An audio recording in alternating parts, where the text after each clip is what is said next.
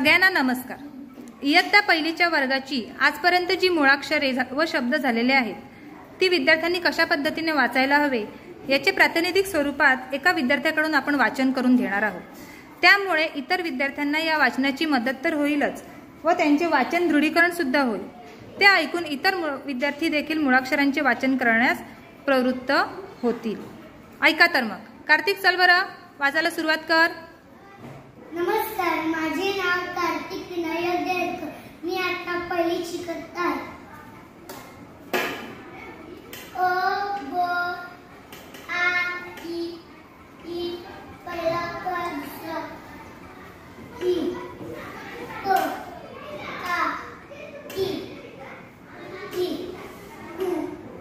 उ स सा ची ची चू चू र जा शी जी री ज जू जू म मा मी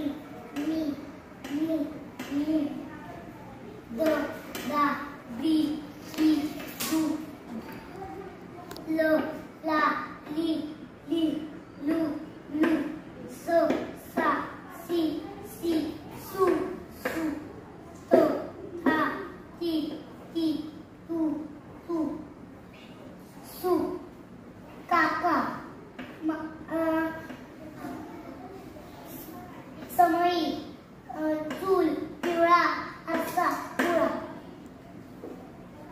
तर मग सर्व विद्यार्थ्यांनी हा व्हिडिओ पाहायचा आहे आणि याप्रमाणे झालेल्या मुळाक्षरांनी व स्वरचिन्हांनी युक्त शब्द तयार करून त्याचे वाचन करायचे आहे। धन्यवाद।